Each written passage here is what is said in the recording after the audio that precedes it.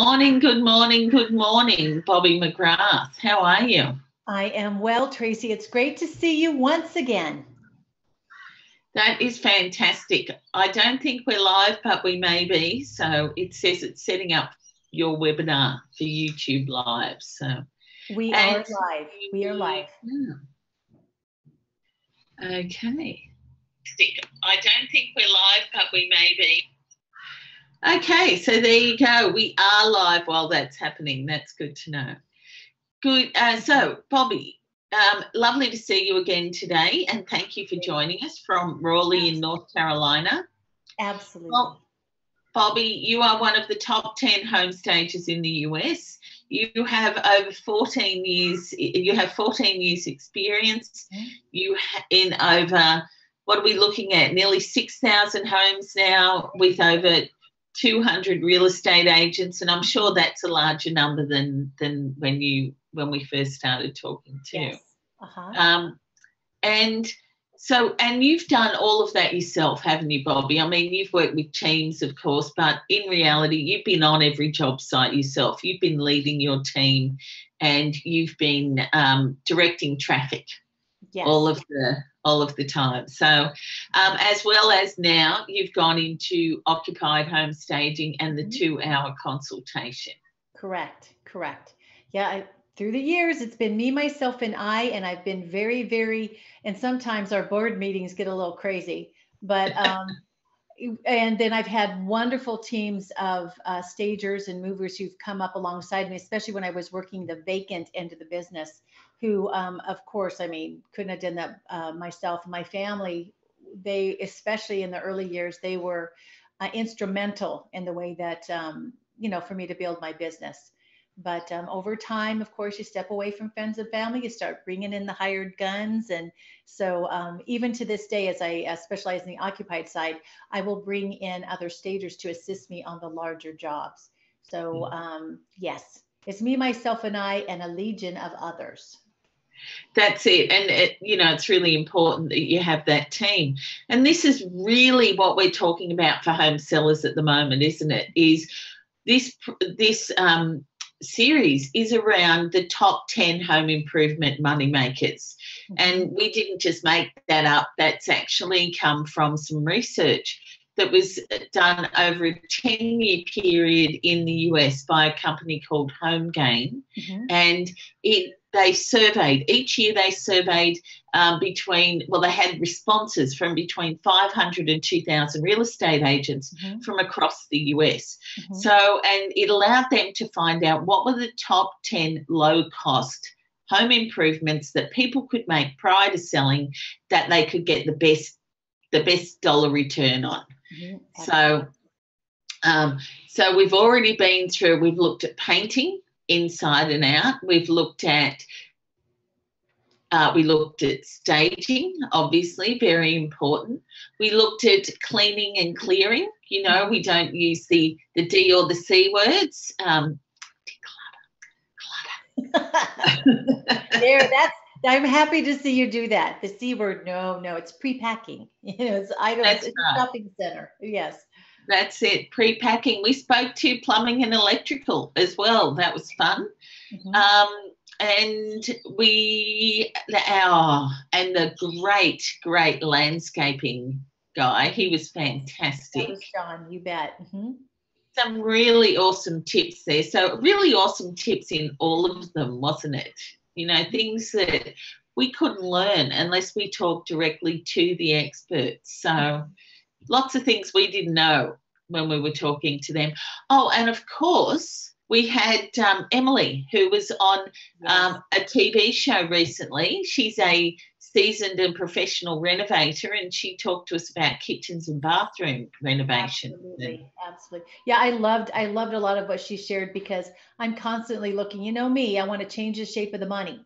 And what I mean by that is, sometimes if you've only got $30 to put in, look at that $30 in a different way, and what unusual, clever, what other way can you use that $30? And she was awesome covering up. She came up with some just great ways to get more bang per buck in those very important kitchens and bathrooms. So that was a good session. It was a great session. And it was good fun too, because we were able to see the home that she actually renovated on the show, and sort of went through that story as well. So lots of good before and after photos there too. And of course, today we are on flooring. Yes. What am I going to say? It is underfoot. It underpins every every home staging, every home sale. And I know that flooring is very important to you. We don't have any flooring professionals on with us today because it's a very busy time of the year. And they're also, what we found with our professionals as well is that there's a lot of them they're doers, they're not talkers. So it's been interesting trying to get the right people to interview with us. So. Well, I know that you had someone lined up, and the situation, of course, the good ones, they're in demand. Yes. And you know what? I mean, as much as they would, they're kind enough to, I mean, I had lined someone up too as a backup, and I contacted him, and he was like, I am so sorry. I feel like I'm really missing out on something. He said, but I got to take care of my clients. So two things: in demand and aware of customer service. We love them, right? Yeah. We love them so much. We understand they're not here, but I know there's going to be some nuggets that maybe we can't share, that we won't be able to share today, but hopefully we can give a nice overview. Right, Tracey? And the other thing too is, Bobbie, flooring's a big thing. You know, when we talk about carpets, it's a different specialist to talking about wood flooring, to talking about engineered wood floor, where we call it, to talking about laminate, to talking about stone, to talking about tiles. So it really is a very broad topic, and I think we can do some justice, at least in our local areas, to that. I know you have a different process in kitchens and bathrooms than I do. We're probably less likely to pull up the tiles or, to be doing those types of renovations than you are, because it's more cost effective for you to do it. Well, it just depends. Every house is different. When you start looking at tearing up the tile, and a tile generally, especially in the bathroom, it's like pulling that thread on that fabric. Because once you pull that thread, all of a sudden the tile on the walls become involved, on the tub become involved, the shower becomes involved, the countertop becomes involved, and it can build up. So there are many times where just a great deep steam cleaning will at least get that grout back to the original white. And sidebar, a lot of the designs now, when I do work with folks, is I tell them, lay down the tile, but don't use a white grout. Don't do that. Use it as a design decision. Maybe put the gray in, whatever color works with the bathroom, but that's a sidebar. But so sometimes we pull the tile up. Sometimes it has to stay down. That's when you and I really earn our money, right, Tracey? Is when everything stays in place and we work around it. So either way, we're here for you. That's right. And I love what you just said about the tiles, and how, and this is the truth about flooring, and this is why it does underpin, because it affects everything.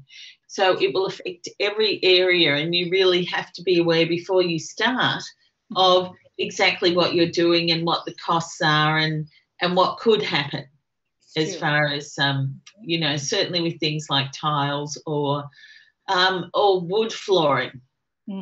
Yes. I'm doing a renovation at the moment as well, where it's an engineered wood floor. Do you understand that term? Yes, we use the same term.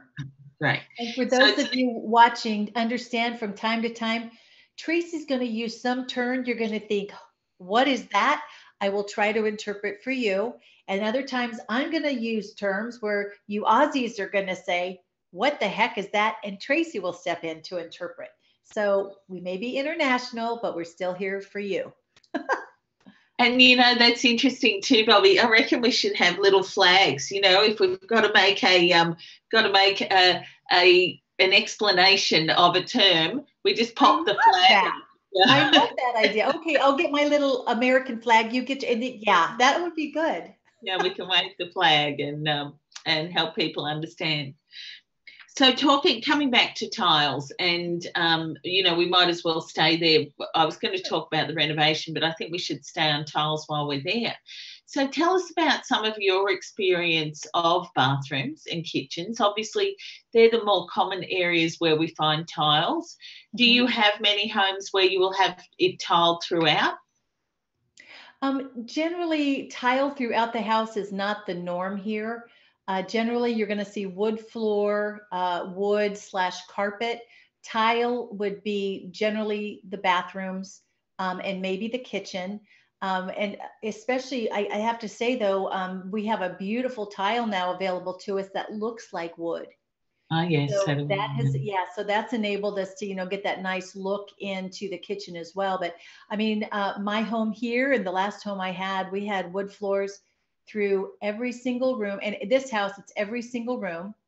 And then in our previous home, only the bedrooms and the bonus room had carpet. Everything else was wood floor because that's one of the preferred surfaces here. I call the walls, the floors, the lighting, those things, I call those the fixed assets of the house. So when it comes to that, wood floors, very high on the request list here. So that's interesting. And what about wood floors in wet areas? Because there can be some problems if there's, water damage and things like that. Well, absolutely. What many times what I will explain to people is, me, I'm a rugs up kind of gal. When the house goes on the market, I like to get the rugs up. And I was thinking about it because I know you use a lot of rugs, but the thing is you have tile. So, it's a little different because the wood, people are suspicious that there may be some kind of damage to the floors. So when I have wood floors in the bathroom, in the kitchen, I will specifically say to my client, rugs up, let people see what they're going to buy. They're going to be suspicious about the area immediately around the toilet. And in the kitchen, they're going to be suspicious of the floor in front of the sink and the dishwasher, the stove and the refrigerator. So most of the time, people do have rugs down to help with splashes and splatters. So the floor looks absolutely fabulous underneath. But if there is damage in those areas, I explain to them, look, what you don't want to have happen is someone come in, the rugs are down, and one or two things that you don't want to have happen. They lift it up and see the stain that's underneath that rug, then their whole eye, they're jaundiced. They're like, and they start really taking a deep dive, looking for other things you may have hidden. It can sour them on the house. And then the second thing that can happen is once those, maybe they don't look under there. And then you move out because tomorrow's closing day. They come in to do that final walkthrough, and what do they see? But that dark plant stand that was underneath the rug, or the huge gouge that happened the year Junior got something for Christmas and drug it across the hardwoods. They see those things, and I've seen deals actually fall apart as a result of those things being covered up. So understand, even if you can't repair them, guess what? If you show them, then the buyer gets to make the active decision to accept them as they are. They may change their, as you go through your inspection and things, they may change some things, request for repairs, what have you. But they get to make that active decision, which helps you at the closing table. And I did have a client once who had very badly scratched wooden floors, and but beautiful artwork. So we were able to display the home from the waist up, as you know I like to do too. I like to keep people looking up and looking in a positive way at the home. And they saw the scratches on the wood floors. They understood that there was going to be a cost in obviously resurfacing those floors, getting them sanded back and what's called? Anyway, whatever that is. Polyurethane. Yeah, that's right. And that was no problem for them, because the house as a whole in general made them feel good. And actually, this is one of the things Shelley, who's been listening to us, has talked about. it's about how you feel, not how it's not what you see, it's how it makes you feel when you walk into the home. That's exactly right.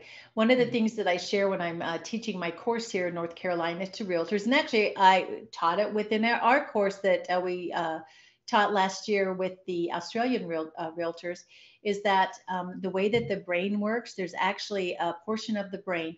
I love to do a reading of the neuromarketing research. And one of the things they discovered that the orbital frontal cortex of the brain, which sits right behind the eyes, when someone is in a car accident, let's say, and there's damage to that part of the brain, that's the part of the brain that actually processes emotion. And when that area is damaged, the ability to make decisions is severely, severely hampered. So you could actually have two magazines, the same magazine, on a table, let's say, and I would say, hey, hand me that magazine right there, would you? They would stand there looking. It's not that they're not intelligent. It's the decision of which one to pick up becomes very much, it's just much more difficult. So understanding that even the people with that long, long list of all the things they have to have in a house, if they walk in and it's one bedroom short, or maybe instead of 3 full baths, it has 2.5, they're willing to set that aside if they fall in love with the house.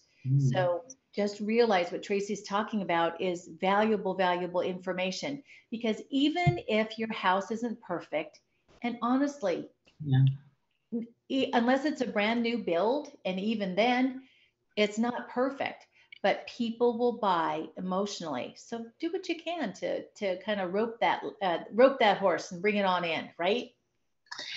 It's a really interesting question, and I know we do meander a little bit off topic at times, but it brings up something for me, because I've also heard a real estate agent tell my client that, don't worry about the furniture, or it's not the furniture, don't worry about the staging, because people buy based on the floor plan anyway. Well, there's a percentage of people that do. That's true. But research has shown that emotional connection will even override that floor plan. Many times when you get that less than emotional decision to purchase, you're dealing with an investor. So you have someone who is very much tied to that floor plan, very much they're looking at price per square foot, and they're also looking for those houses where the realtor has said, oh, don't worry about it. Yeah. Thrilled, because when you start looking at that value per square foot, those homes actually do sell for less per square foot. And I like to go back to that kitchen towel analogy, at the store, went to buy kitchen towels for my kitchen. At the end of the stand, their sale 75% off or something, and there were 2 packages left, and they were the same exact towels, same exact price, same exact print and color. And one of them had this wide band around it, with the information on it. And the other one had a band around it as well, but it was torn. Now, the one that was torn was in front of the one with the regular band. I grabbed the one that was torn off, grabbed the one from behind. I even went to the extra work and put the one with the rip band back in place, and went and bought the good one, right? What's the first thing I'm going to do when I get home? Yeah, rip it off. Yeah. Rip off the band, exactly. And I had a great realtor in one of my classes say, she said, hey, she said, look, she goes, you know what my mom would have done? My mom would have grabbed the one with the broken band, gone up to the front register and said, how much are you going to give me off on this? And isn't that exactly what happens in real estate? That's exactly what happens. Exactly. So, and that is the thinking. That is the exact thinking behind it, is that, I'm going to discount. It's a head decision versus a heart decision. Exactly. If I don't have all the things on my list, then I'm going to be looking for discounts. If something is wrong, I'm going to be looking for a discount. And as you know, I did a lot of study for 7 years prior to coming over to working in home staging as an investor. And so I would train in property development and go into hundreds and hundreds of open homes looking for what's wrong, where can I find a discount, where are the bargains, what are these people not knowing?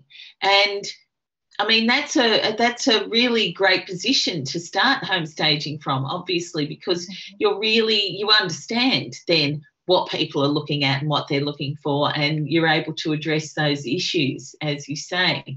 Exactly. The other thing that I've noticed is that scientific research, actually says that when we reach out towards beautiful things, so that it's really, that beauty moves us to act.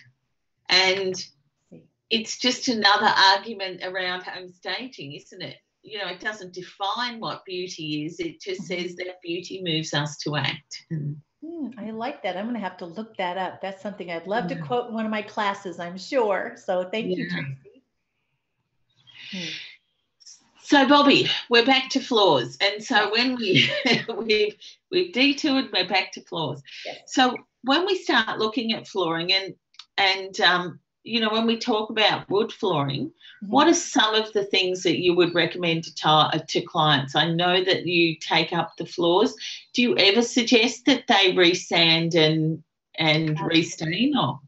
Absolutely. This is when I come into a client's home and they have wood floors, first thing I do is I look at condition. So what I'm looking for when I'm talking about condition is not just a little scratch here and there. That's just life. That's not the end of the world. But where the money can become, where it can become a concern for buyers is when you have large areas that are severely, severely sun damaged.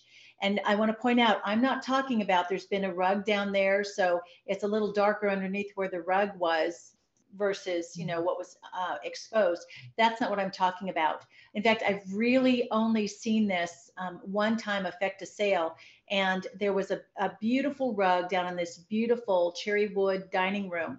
And right near the window, probably about 18 inches wide, that rug had been there for so long, and the sun had beat down on the cherry floors. They had almost turned gray from so much time. So when I recommended that they pull up the rug, they said, oh, no, it'll really show, that problem. And I said, oh, no. Look, get into your mindset. Either fix it and it's no longer an issue, or recognize that it's an issue, pull up, show the rest of the floors in here, because you wouldn't have to redo the whole floor. You could replace just those boards. You know what I mean?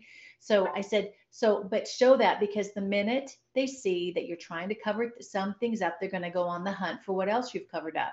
So, but that was only one time. All the other times, even with just a little bit, but there are times, especially in the pre-finished floors, when the sun comes through, not only does it kind of strip the color out of the floors, but it will turn the finish kind of a pink tone. And you definitely don't want that. Beautiful hardwoods, and then here's this light, kind of almost this pink cast. So, and I do see that many times. And so what I'll recommend to people rather is, invest in sanding the floors, restain, let's update the color palette on the stain, and we're good. But sometimes people just don't have the money. And I understand that. So again, as stagers, we're supposed to meet you where you are. So when I have a situation like that, I explain to them, don't have your carpets down. What I want you to do instead is let's present it as strong as possible. So Tracey, I'm not sure if we've talked about this before, but there's a product here that I recommend to clients called Rejuvenate. Do you guys by chance have that brand out your way? I don't know it, but I don't have a lot to do with the nuts and bolts of wood flooring either. So this is you guys, maybe you could research it online for my Australian friends, and here in America, it's Rejuvenate. You even see it on TV now. I like to think they went on TV because I talked about it so much. They figured, oh, we better let people know. So, so anyway, Rejuvenate has a series of products available for cabinetry, furniture, and flooring. The flooring one, the Restorer formula. And I generally do a matte finish unless you already have a high gloss on your floor. I was going to ask that. Yeah. Okay. Utilize that. And what happens is, even though that area may have a slight cast to it, I've got to tell you, I call it the $1 million shine. when we take those photos from that nice low perspective and there's this open area and the shiny wood floors. I mean, there's just something that yum, I love that beauty draws you, right? I'm telling you, it draws you to action. You want to go see that house. So anyway, so there's that level. There's also, and I wish our experts were here because they could get more into detail for you, but I'll just kind of give you an overview.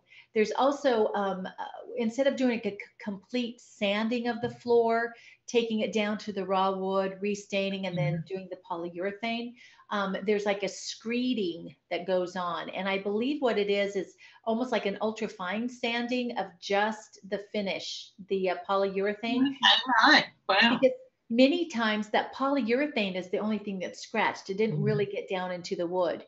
And so they can come in and it's just less labor intensive, and they can do a really nice job. There's also where they come in and buff the floors. And so they just come in and use the machine and give that nice buff to the floors. So you can kind of look, there's, hardcore, we need to replace them, and we try not to do that if we don't have to. And very rarely do we have to. But if you have the budget and you have to, it's a great investment right there because it's one of your fixed assets. So you've got anywhere from stripping it down and restaining it all the way to using a great product that's out there for us that will allow your floors to show as strong as possible. I think the worst thing that can happen is that you just go, oh, they just look, they don't look good. They're going to have to replace them anyway. So let's just do something else.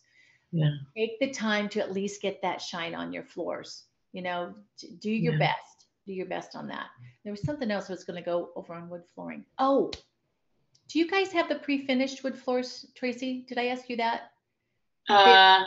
You don't have to sand them in place. They actually come out of the box. They're true hardwood, but they already have the finish on them.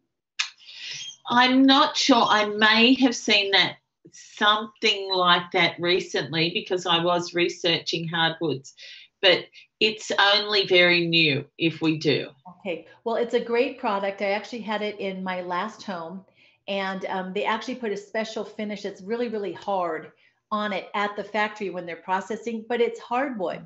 It's not the engineered, it's true hardwood. But instead of putting the finish on in place, they do it at the factory. And so the way that it was presented to me was that it gave you more sound, the finish was harder to scratch, etc. And I will tell you, we had it in our home, I think about 7 years, and I had 2 teenage boys. And, we lived our life. And again, like I said, we had hardwoods everywhere. And when we went to sell our house a couple of years ago, I mean, the wood floors, people were asking, did you just put those in? So I think that speaks well of the product. Yeah. Tracey, the engineered hardwoods, do you have a lot of experience with the engineered hardwoods? I wouldn't say I have a lot of experience. I have put them into renovation projects. Had other people put them into renovation projects. So, but I do use them. I would say people tend to stay away from hardwoods here because of the cost.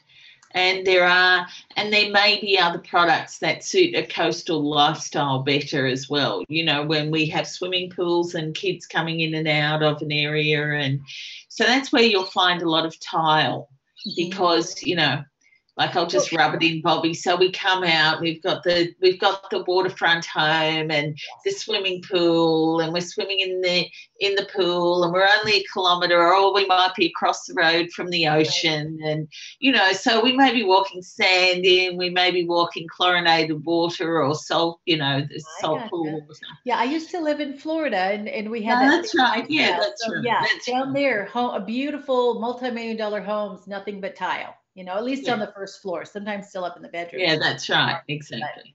But, exactly.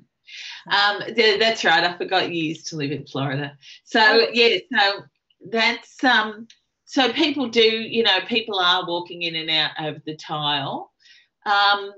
What else have we got? We're doing a fair bit of polished concrete now.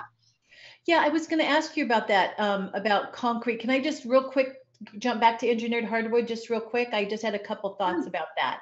When you're going to sell the house, look to see what's expected in your area, because again, if you're beachside living and tile is what expected because it's truly the lifestyle, and you go and bring hardwoods in and it makes it difficult for living. I mean, they may look beautiful, but that's generally not a good return on investment. So really take into consideration the area that you're in. And then also what's really popular here right now is the hand scraped wood floors. And do you have those? Well, are they difficult to clean?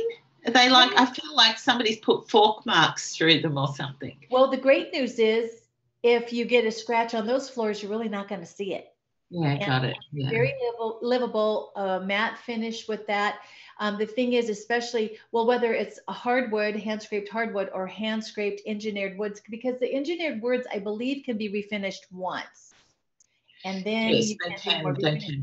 But with the hand scraped wood floors, keep this in mind. When you sand them to redo them, you're taking away the hand scraped look.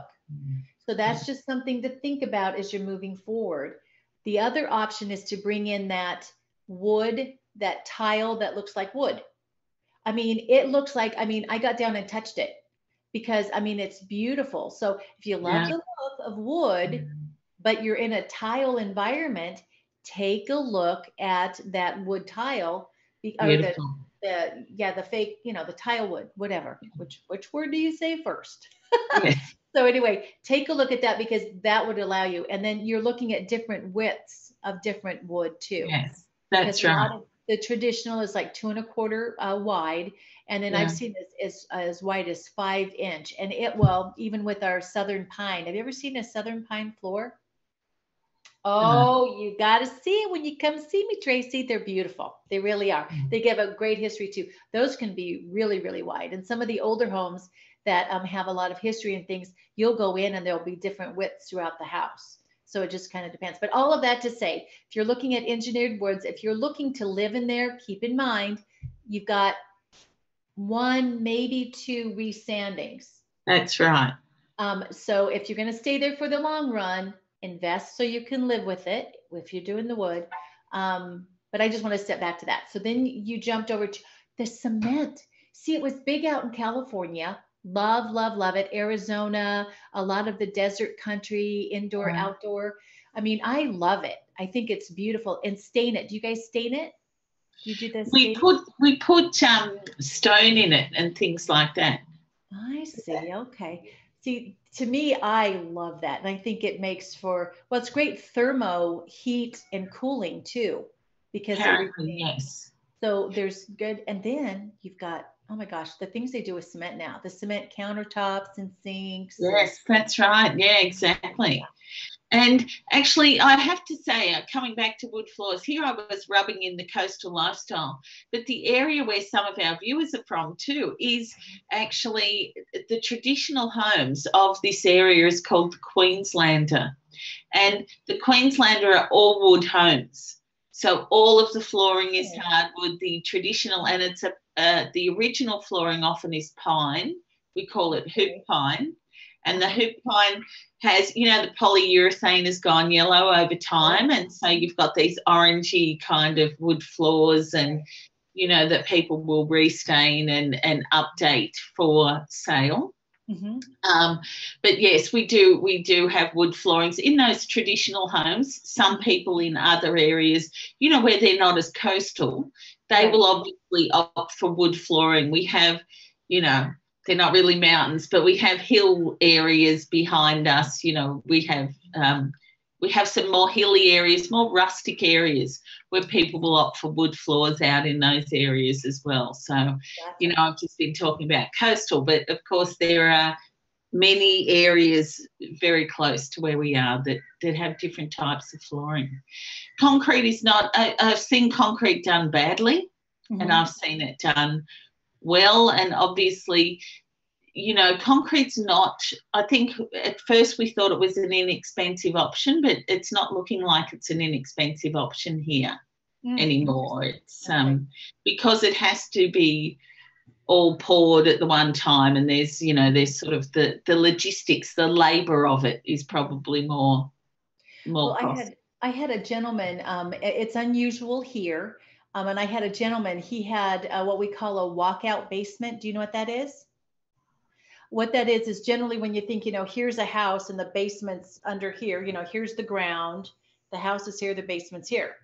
Well, we have many, many hills and things. So we'll still have the basement. I actually happen to have a walkout basement. And so what happens is here's the basement, but this whole side is open. So you have full size windows and things. You can walk right out into the yard. So, Okay.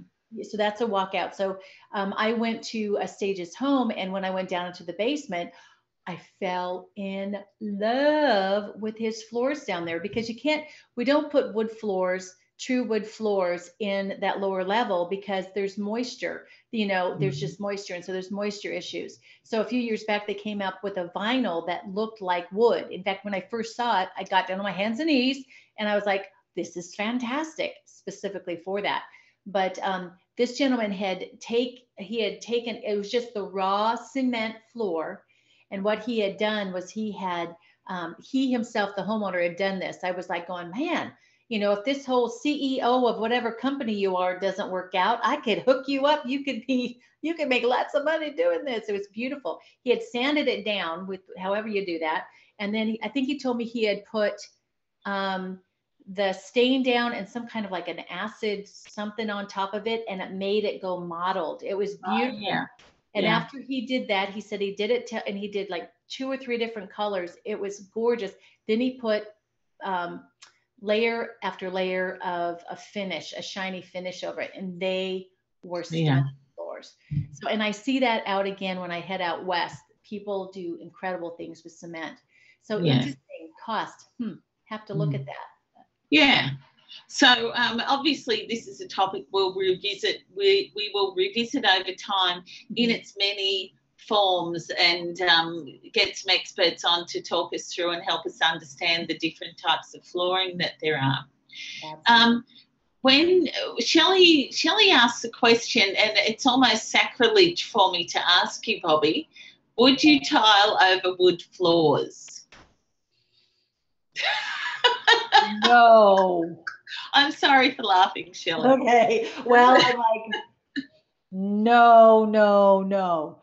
Okay. Having said that, I don't know that you even could, because when you put tile floors down, you need to have a really even, solid sub floor. In fact, many times when they go to lay tile, what they'll have to do is actually pour a floor leveler into place, because any flexibility in that tile and it's going to crack.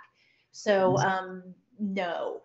No. In fact, if that's something, if you've got like a bathroom or something, and that's a situation where the floor is so bad, you just want to cover it up, take it up, do whatever you need to even up the floors, the surrounding rooms that are coming in, and then put in your tile. But no. Yes. Yeah. So I gotta tell you though, I've seen some interesting things through the years, and I will tell you, how much time do we have left, Tracey? We've probably got about 20 minutes, really, Bobbie. Okay, good. I just wanted to make sure, because I wanted to just say, when you start layering on top, you are also keeping the problems of what's below. So many times I'll see people who have linoleum down or vinyl down, and then what they'll do is they'll just put it right over the top. And the seams from before, any little bumps from before, all of those things still happen. And have you ever seen a vinyl floor where it has like it almost looks like a burn on the floor, but it was never burned? What has happened is that it was laid improperly, and the subfloor was there, it had big knots. They didn't put the membrane in between, and over time the sap from that knot actually bleeds up into the. Wow. How do I know this? It had happened to my last house. In fact, it had been improperly installed. So fortunately, the warranty covered and paid for all new vinyl. Wow. So, but those things can happen. So just remember, when you start layering things on top, you also need to keep in consideration what's the floor adjacent to you. I see many times people will just go ahead and put wood floors on top of what's already there. And then there's that little trip spot. That's really important, the height of the floor as well, isn't it, of course, and being aware of that. So, I mean, you know, in some ways I tend to think less is more with floors, as apart from wood floors, as you say, with regard to sanding and restaining, and because also a lot of times with the wood floor, it can have a high gloss finish, which was fashionable a number of years ago. Right. But now we're going more of a low sheen. There's also products that are water-based rather than the polyurethane-based products. So people have a choice. Yeah, let's talk about that real quick, about the water-based versus the oil-based polyurethane. Here again, everybody has their wood floors. And when I go in there, everybody has this honey gold color. And it's, even if it was blonde wood, like just natural wood, over time it turns orange. And that's the oil-based finish. So if you want to do the oil-based finish, I think here, I mean, our humidity and everything, by the time you sand it, you know, put down the stain, and then you do your layers of the oil polyurethane. I mean, it's like not uncommon to be out of your house and off those floors for at least 7 days. Yes, that's correct. Yeah. You also have the smell, okay, which can cause issues. Now with the water, it's an average of 3 days not being on your floors, and it doesn't yellow over time. Yeah, the oil will yellow again over time. It has to do. We were just talking the other night, weren't we, about it's how much the sun hits it. Remember when we were talking? Yes, we were. Yeah, that's right. We were. Yeah. Yeah. So he had said something about the less light on it, the faster it will turn yellow. So see, that was the paint. Yeah, with paint. So I'm thinking it would follow over too. I don't know. So so think about it. I think that has to do when we pull up the rugs. It doesn't take that long for the spot to catch up with the areas that have already been in the sun. I think that's why. So look, he's smart. I kind of, that was good. I enjoyed our chat with him. But yeah, so keep that in mind. So I generally recommend to my clients to use the water base. It's faster, it's better to the environment. And then again, if you happen to have someone who's sensitive, or potentially a buyer who's sensitive to those odors, you know, you've stepped away from that. And I know I've had people say, but the oil is more resilient. Well, it's a balance. You get to pick and choose what's important. But when you go to sell, I tell you what, get those hardwoods looking pretty, and go with the water base. It's faster, so you're not out of your house for so long. Yeah, yeah. And it is a big selling point, obviously, those floors. Let's talk about those wood floors, Bobbie, and the photography. How you do photography. We've got some questions in the Q&A as well. Oh, good. Oh, wow. We're just like going to town. This is great. Okay, with the hardwoods and again, open foreground. When you're taking a picture of the room, you want to have context and identity. And again, square footage is what drives the value of your home, right? People are looking based on square footage of the house. Yeah. They break it down to, you know, price per square foot. There's all of this, and there's also perception of size. So if you don't use those wide angle lenses, stick to your real lenses.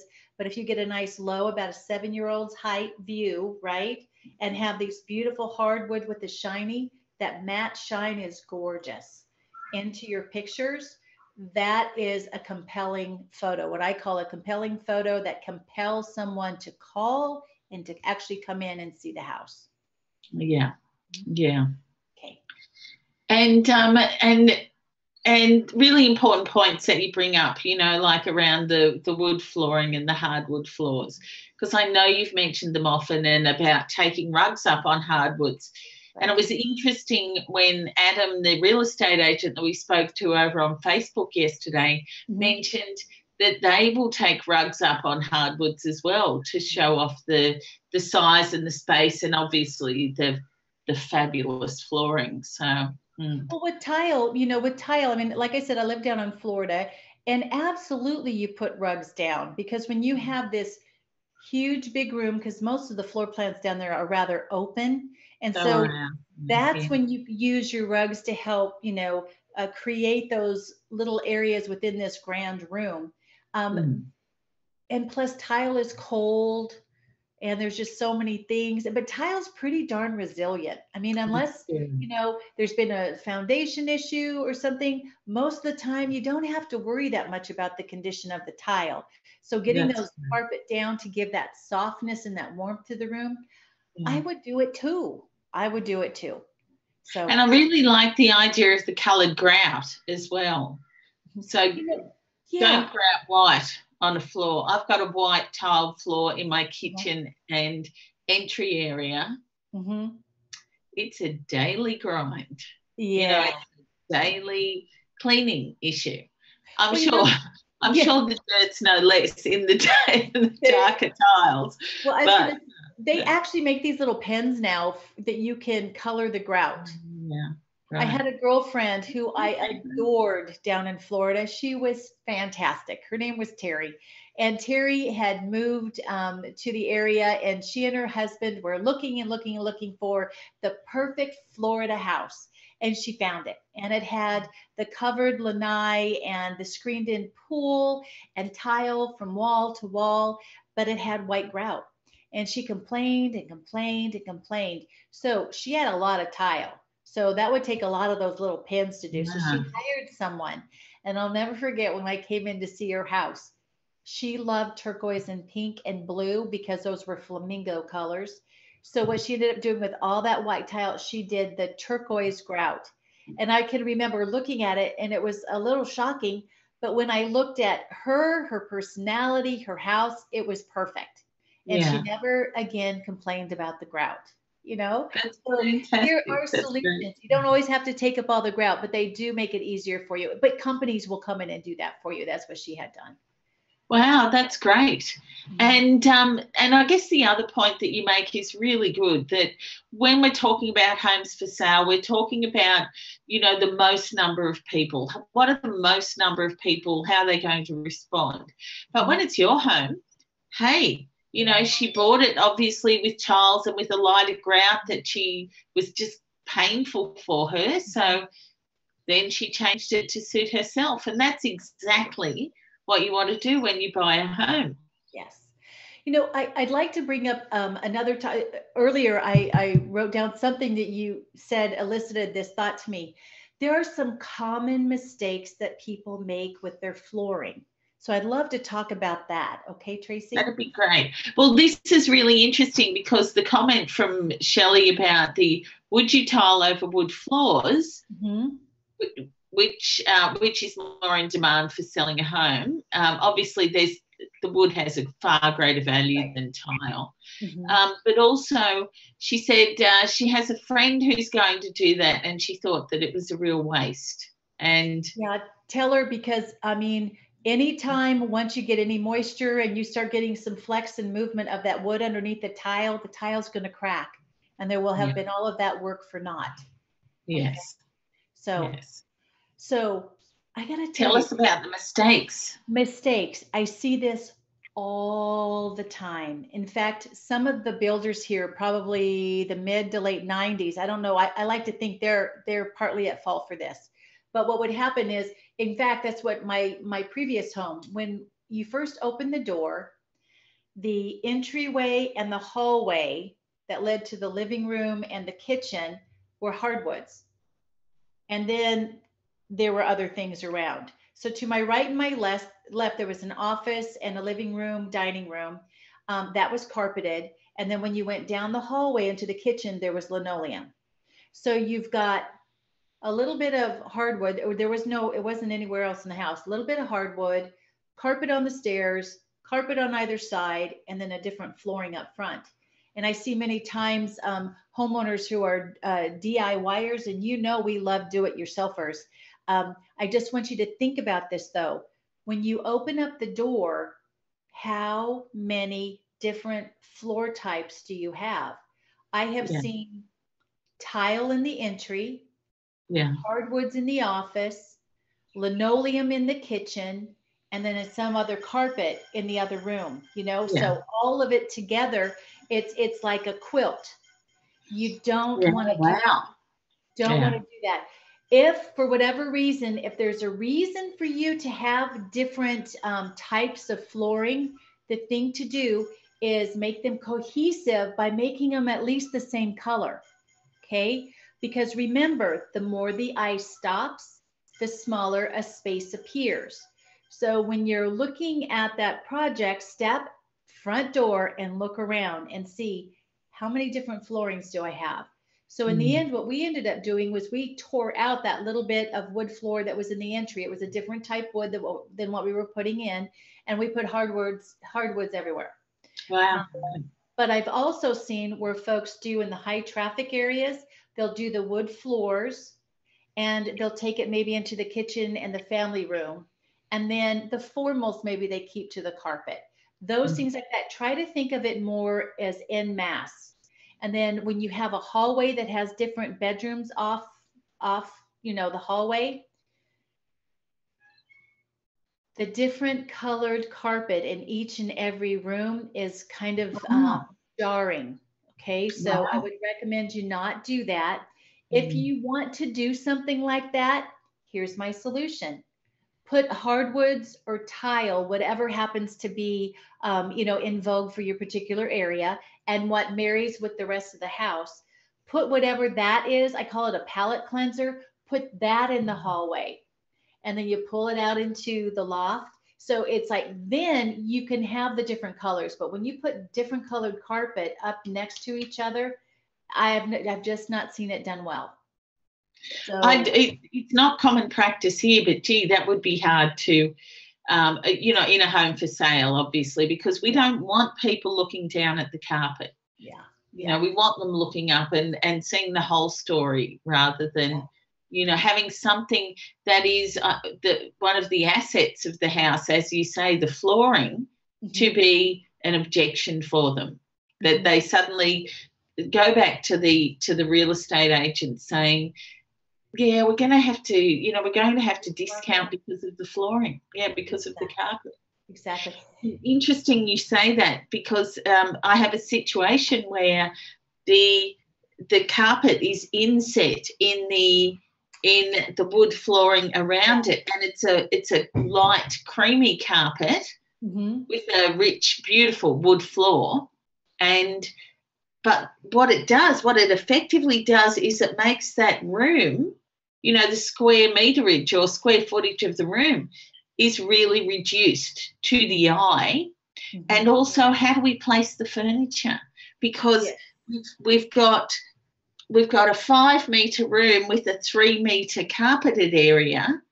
And so what we've decided to do is actually take up the light cream carpet and find a carpet that matches the wood floor. So at least, as you say, it blends through. I've done that before in other homes where it's been tiled and they've got a seating area where they've put carpet in it, but the carpeted area is much darker than the tile. So we've had to carpet to match the tile and allow the eye to just see it as a whole rather than seeing it as a because it's those pieces, you see those, they stand out to you, they're stark, they really capture you. And this is a money room that we're talking about.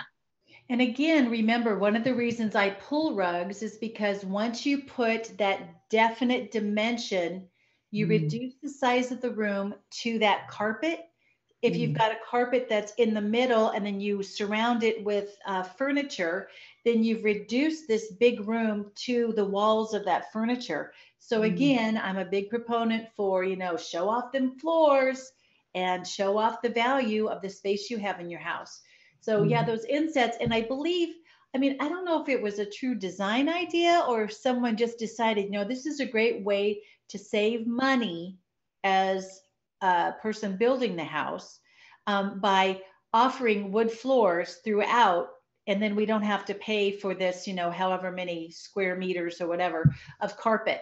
I don't know, because I've really not yet seen it done well. I've seen it in quite a few homes. And sometimes what I'll do is I'll actually talk to the clients, and if they happen to be resurfacing the rest of the floors, what we'll do is we'll have hardwoods put in. Yeah, I can imagine. And actually, one time what we did was we actually put in a pattern within the wood Somebody had a lot of time on their hands, wanted to do a herringbone pattern, and then we did it all. So that turned out really, really beautiful. So there's options. There's definitely options out there. There are options.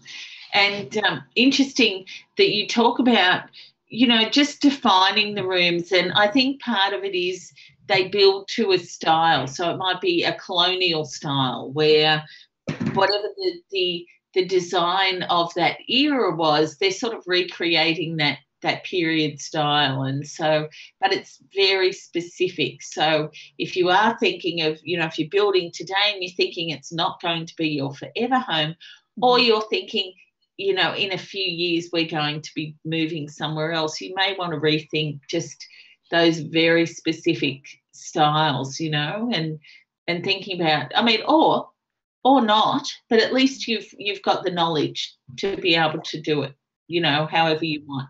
That's what I see. Like one of the biggest things we're doing here is that it's not to tell you exactly how to do it, or you have to do, or you must do. It's not it.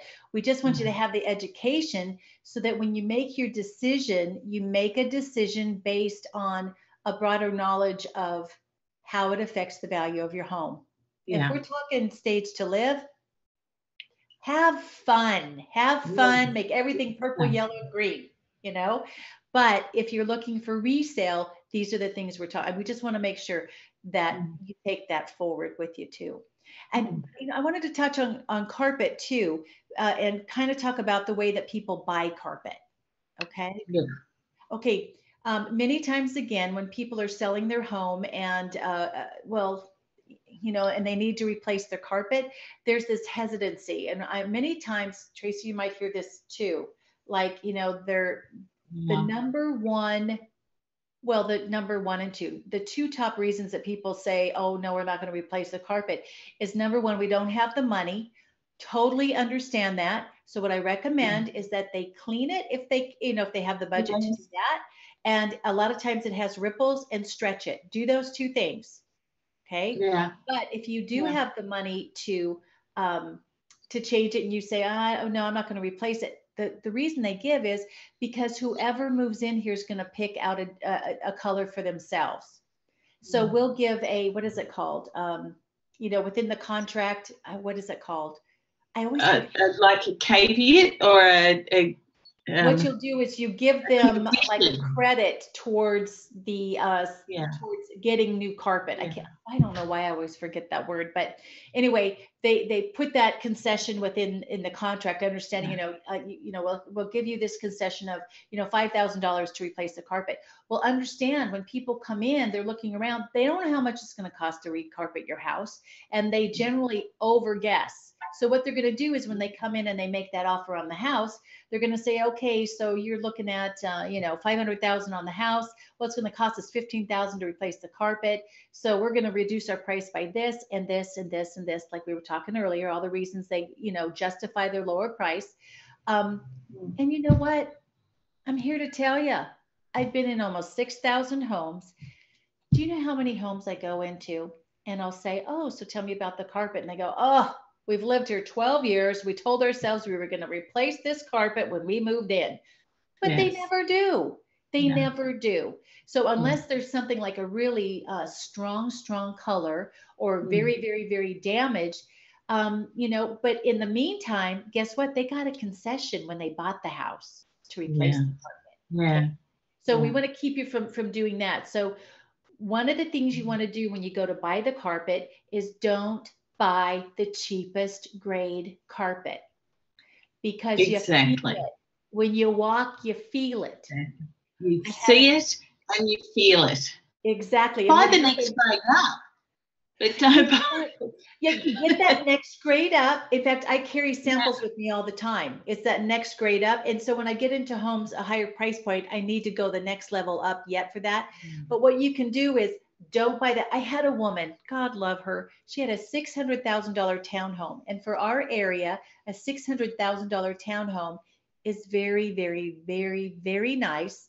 You're generally what you're going to have are the $1 million house people who they decide to sell and downsize, they buy these townhomes. So it's quality, quality, quality.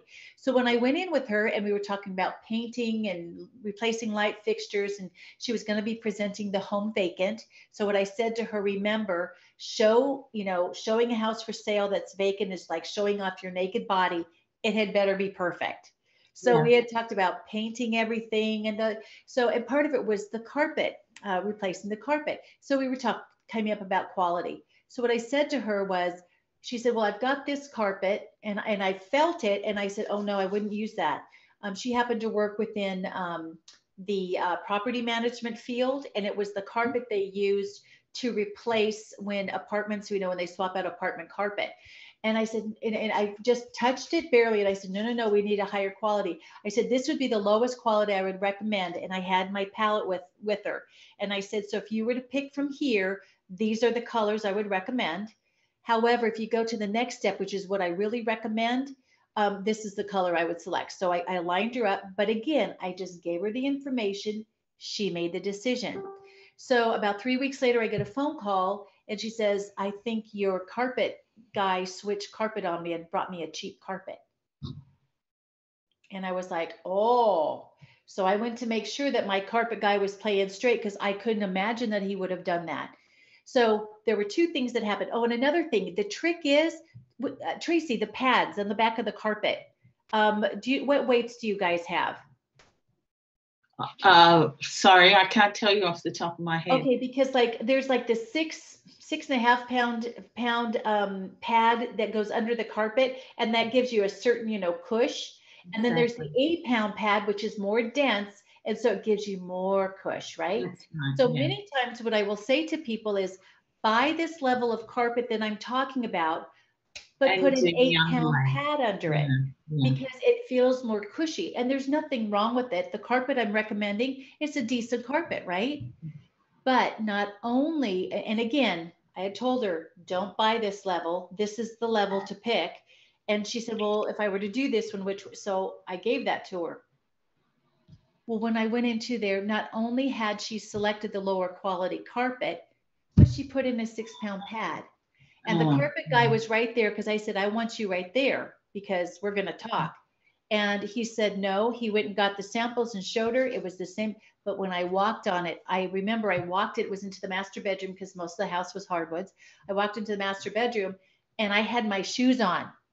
And I said, this is not the carpet I picked. And I looked at him accusingly, and I feel so bad, because I said, this isn't the carpet I picked. And I said, and this is not the pad I picked. And she looked at him kind of angrily, and he said, it's the 6 pound pad and it's this carpet. And then I looked at her and I said, well, then you got exactly what you ordered. So keep that in mind. If she had even done at least the 8 pound pad, it would have been better. It wouldn't have been right for that house, but it would have been better. So keep that in mind. And another thing that I tell folks, especially even for living, like your stairs, put that 8 pound pad on the stairs in the hallway where you get all that, but the low traffic areas, like your bedrooms, the guest room, that type of thing, you can put a lighter weight pad. That's okay. And then there's another thing about padding. Now, on that. Yes. On that topic too, we call it underlay, but it's the same thing. And I'm not sure what the weights are, but we have, a more luxury product. I think there's 3 levels of luxury, if you like. Okay.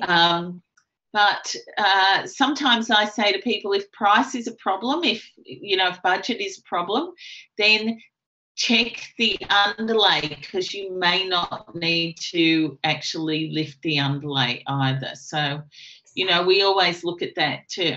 That's great. That's changing the shape of the money. That's excellent. That's a great idea. In fact, at our last home, when we put carpet down in the rooms, in the bedrooms upstairs, what we did was we did the heavier weight, because I like the cushy on my feet, right?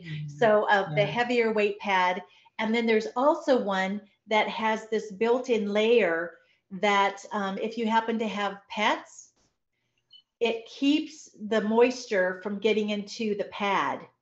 And what it does instead is it keeps it right there. So when you clean your carpet, it really cleans it out. Wow. So can we talk about the anatomy of a stain in carpet? I'd love to talk about the anatomy of a stain. We're pretty close to time, but let's do it. Let's finish off with the anatomy of a stain. Okay. And you can see I've still got my lighting issue, so I'm just So I'll do this fast. I'll do this fast. So here's my head, and here's your carpet. Yeah. Okay, underneath the carpet, here's your pad. Okay. So what happens is Junior knocks over the iced tea, and it goes down here, you know, through the carpet, and then it comes. Here's your hard, you know, here's the underlayment. So that comes here, and then it just kind of sits in the carpet. So here's this stain. So you come in with your carpet cleaner and you clean, you clean, you clean, and you move off, and you've cleaned this. And have you ever noticed, like 2 days later, the stain is back? And you're like, what the heck? I know that came up. This is what happened. The stain is down here in the pad. And when you bring your wet, you know, clean to clean it, what you do is you activate this. Most of the carpets, unless you're, you know, you have a beautiful wool rug or something, but most of the carpets that are the synthetics, what happens is they naturally wick wetness to the top.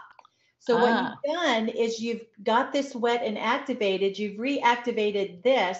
So you might have pulled it out, but over those 2 or 3 days, it pulls the color to the top. Wow. It has nowhere to go. So I've got a solution for you. Take a picture of your rug. Okay, I tell this to clients all the time. Take a picture of your rug where those items are. If you can tell your carpet cleaner, if you know what the stain is, they can use special enzymes to help get stuff out. But there's still going to be some here that's going to wick up. So what happens is you will, after the carpet's been cleaned, check your picture, go into where that mystery stain was. I want you to take white towels or white paper towels, nothing with color, because you don't want a chance of color transfer. You put it on top of there. It's damp, remember? You put these dry towels on top and you put weight on it. What happens, the carpet does its regular thing. It's wicking up, but it wicks up into the cloth. The next day you go in, you take off the weight, you look at it, and it's going to be dirty. Take a little bit of water, keep it moist, put some clean towels back down and do that. And you can actually draw that stain right out so that it doesn't keep coming back. Okay, great advice. Thank you. And you heard it here first. Thank you, Bob. Okay. All right. So it's time for us to go, but thank you all so much for joining us today. I don't know that we actually, you know, gave the definitive answer on floors, but we did give you some ideas, and gives us a lot to talk about. When we have these experts who are, you know, when they're available, we'll be able to talk to them over on Facebook Live. That was the last of our YouTube series. So we'll see you over on Facebook Live at facebook.com/presentation cells. And you can see Bobbie and I every week at Wednesdays, 9 p.m. East Coast time in the US, and 11 a.m. Australian Eastern Standard Time on Thursdays. On Thursdays. Thank you, Bobbie. All right. So see you later, everyone. Thanks for joining us. And please leave your comments down below. We really love your feedback. We love your questions. So over at Facebook, it's a live Q&A. Bring your questions. We're really happy to answer them. Yes. Thank you. Bye, Tracey. Bye-bye. Bye, everyone who joined us. Thank you so much for joining us.